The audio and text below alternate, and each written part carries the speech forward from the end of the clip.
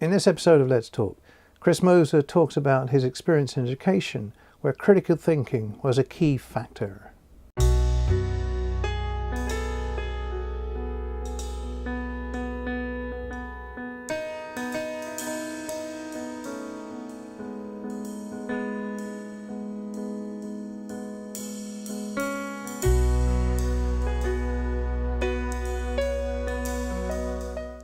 As an educationalist, did you see that the courses, the change from the beginning of being an educationalist to when you retired, were the courses less critical? Did they use less critical thinking than when you started?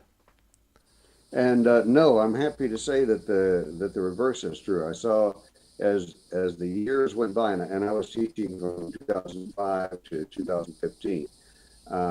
And I saw steadily more and more emphasis on critical thinking and on working the emphasis on critical thinking into every discipline.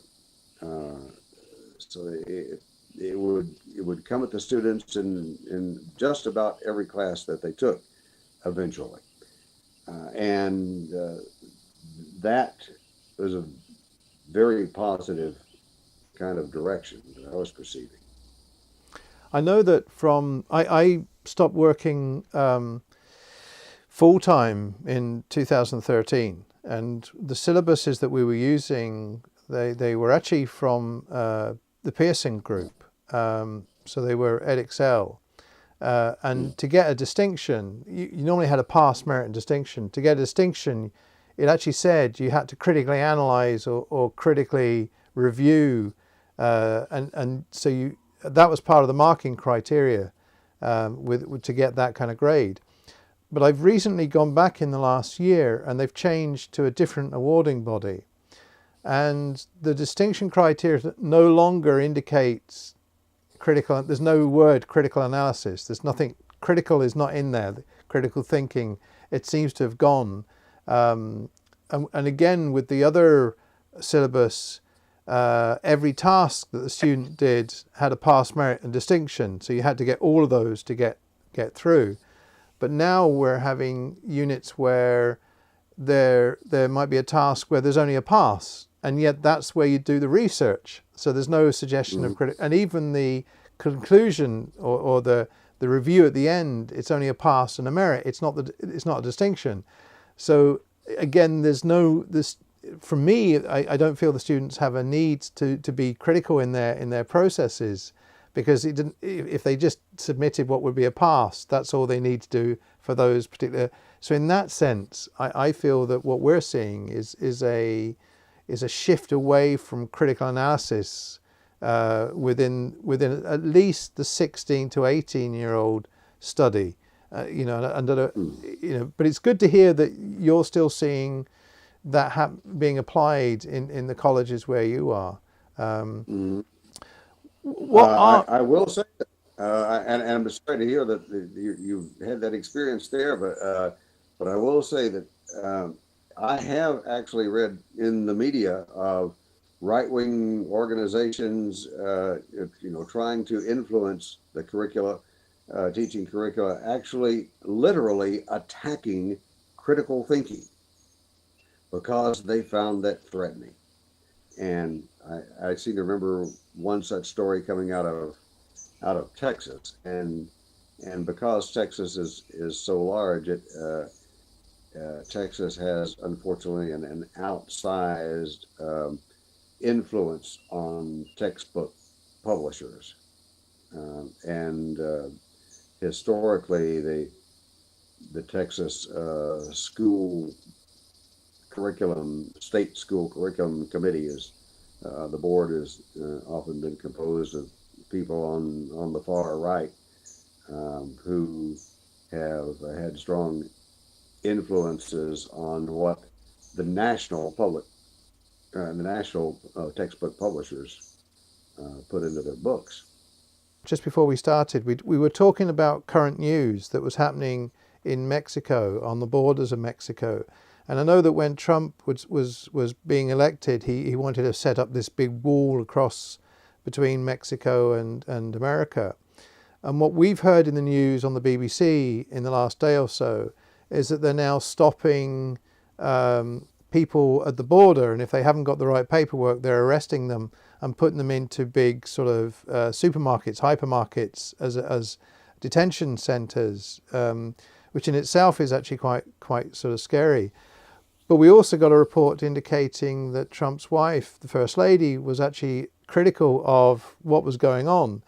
What's your reflection on what you're seeing in your country? Yeah, Melania Trump was critical to a point, but didn't get to the point of actually criticizing her husband's policies.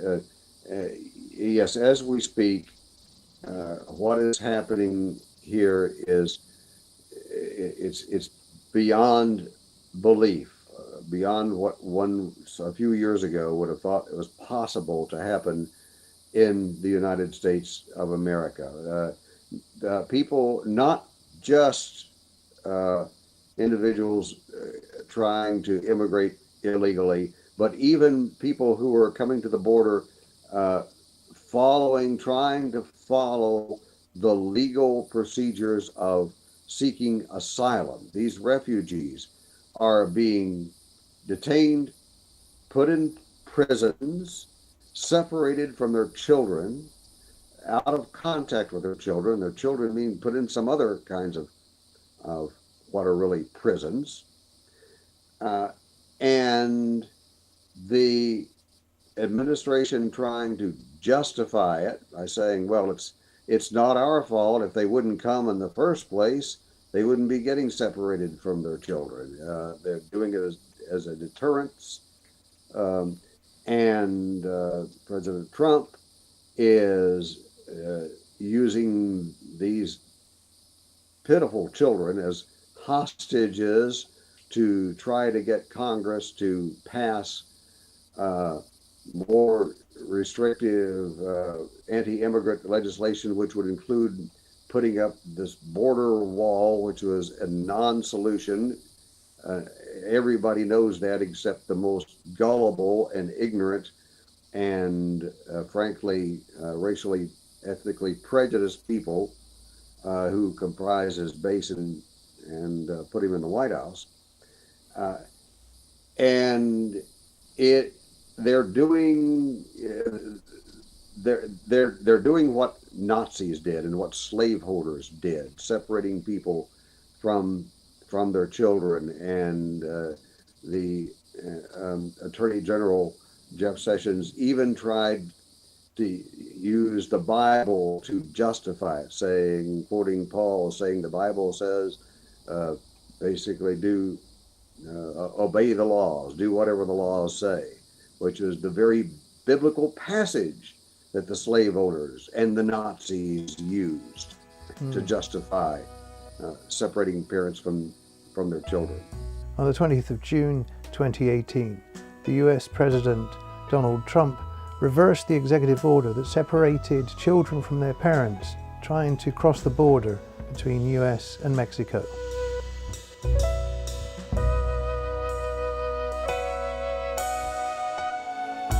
We have more on the way, so please subscribe to this channel and check out the link below if you'd consider becoming a patron to help us keep making more content. Thanks for watching.